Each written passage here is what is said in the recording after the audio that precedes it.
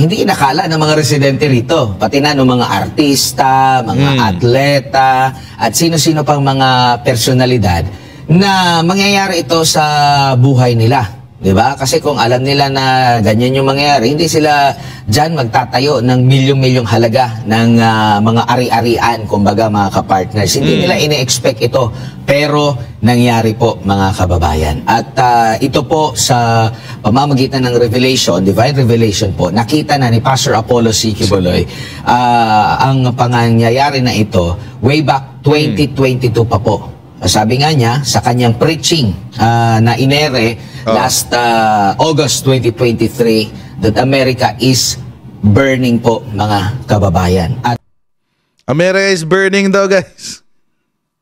At ito raw ay judgment. Judgment ni Kibulok. Judgment daw ito ng anointed son of the devil.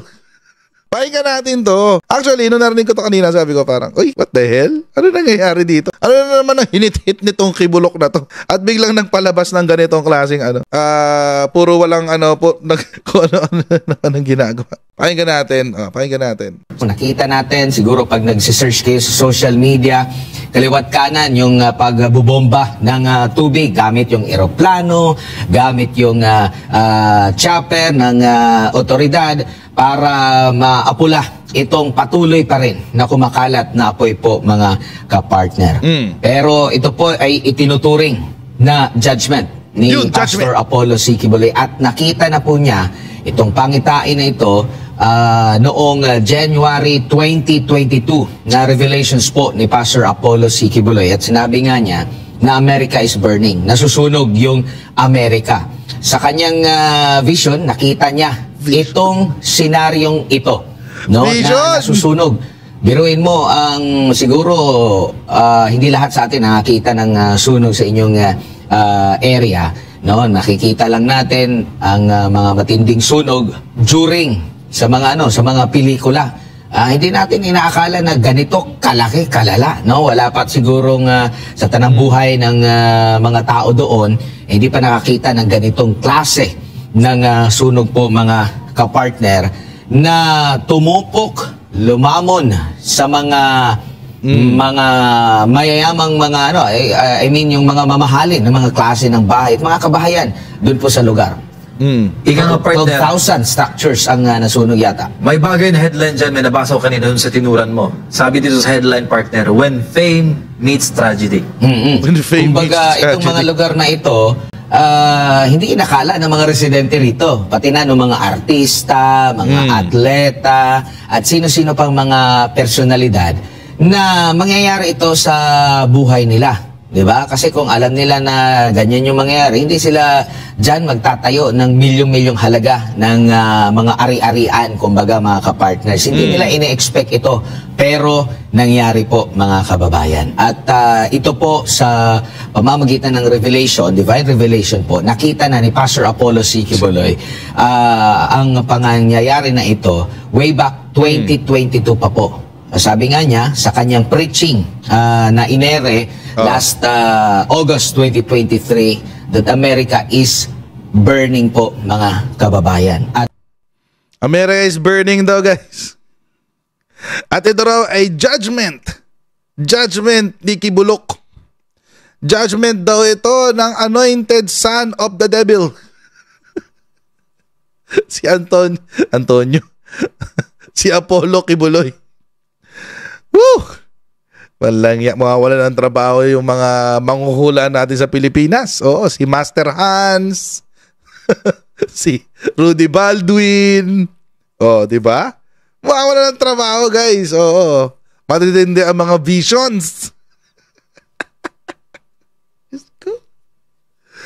Nakakaloka.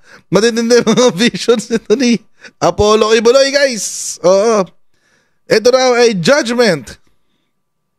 Judgment sa Amerika. Dahil kay Apollo Quiboloy. Yan. Tindi. Tuloy natin. At nakikita niya na itong judgment na ito ay kalintulad din doon sa nangyaring wildfire doon sa Maui, sa Hawaii po, at pag-alboroto po ng bulkan doon sa Hawaii, ito'y may kaugnayan doon sa injustices na nangyari po kay Pastor Apollo C. Quiboloy. Matapos po siyang akusahan ng mga gawa-gawang mga kwento at gawa-gawang mga reklamo na initiated nung isang pamilya na may question o may dungis doon sa kanilang kredibilidad, gumawa ng kamalian sa KOJC, ayaw magpasabit sa disiplina.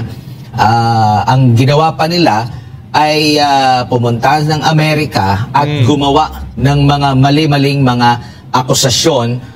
At ang problema pa dito, yung minsang tinitingala na bansa na talagang magtitiyak ng patas, hindi po naging patas dahil naging po silang uto-uto, na nagoyo po sila, naloko, nabudol sa simpleng mga sumbong lang po na hindi nila biniripika. No, yung mga akusasyon, ang human trafficking, rape, at kung ano-ano pa, yung iba pa na marami daw mga armas na dala-dala, meron pa daw mga slave na nagresulta doon sa pag-raid nila unang-una doon sa 2018 nung maganap yung pag-detain nila kay Pastor Apollo C. Quiboloy. Marami sila mga akusasyon doon at pag-raid way back 2020 po, no, sa mga... Alam niyo mga Kojero, minsan iniisip ko, naniniwala ba talaga, kumbinsido ba talaga itong mga members na ito sa kabalbala ni Quiboloy? Minsan talaga napapaisip ako naniniwala kaya talaga itong mga anchor na to sa mga pinagsasabi nila? I mean, seriously, sinasabi nila, pinaparusahan daw ni Quiboloy ang Amerika dahil daw sa mga trumped up charges na galing daw sa isang pamilya na inuto ang buong gobyerno ng Amerika. Ha? Isang pamilya na inuto ang buong gobyerno ng Amerika? Paano nangyari yun? Diyos ko naman, may naniniwala. Alam niyo, isa talaga naniniwala na ako na hindi lahat ng Pilipino talaga may kakayanan mag-isip. Minsan talaga naiisip ko kung kung nag-iisip pa talaga itong mga tao na to minsan-minsan Parusa daw ito. Yung wildfire ngayon sa California, parusa daw ito ni Quiboloy sa Amerika. Compound ng KOJC dyan po sa Amerika, particular sa mga lugar kung saan nagkaroon po ng malawakang wildfire. Yan pong California, yung compound po ng KOJC dyan sa California. At doon sa nagkaroon din po ng malaking wildfire sa Hawaii, mga kababayan, 2 lugar, 2 compound po sinalakay. Nagdala pa sila ng mga bus sa pag-akala talaga na marami silang maililigtas di umano ng mga biktima.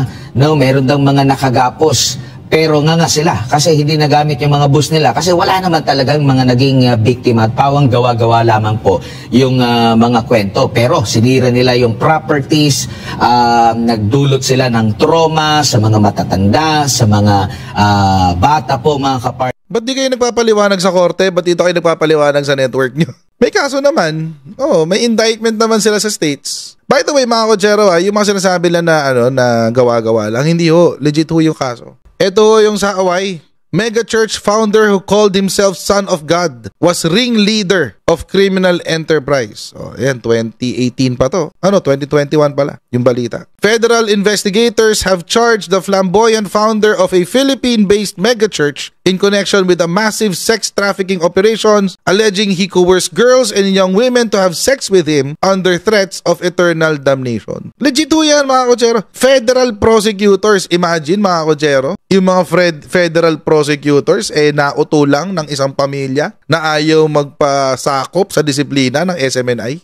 ng KOJC, Kingdom of Judas Cult. Federal investigators yan, Hindi nga lang isa Sana kung isa pwede pa mauto Ibig sabihin, ang buong sistema ng Amerika pagdating sa kanilang peace and order madaling mauto. Talaga ba? Legit yung kaso na yan. In fact, ito nga yung kaso United States District Attorney's Office. Yung District Attorney, mga Kojero, parang yan sa Pilipinas. Parang DOJ Secretary. Parang DOJ Secretary yan sa Pilipinas. Pero dahil nga per state, it's a federal government sa Amerika. So per state, iba-iba yung parang DOJ Secretary nila. A superseding indictment unsealed today charges the founder of a Philippine-based church and 2 top administrators of orchestrating a sex trafficking operation that coerced girls and young women to have sex with the church's leader under threats of eternal damnation. Meron pang minor, so including the minor victims. Hindi yung trumped up yan. Trumped up ibig sabihin, inimbento lang pero wala talagang nangyari. No. Merong actual na case. May naghabla.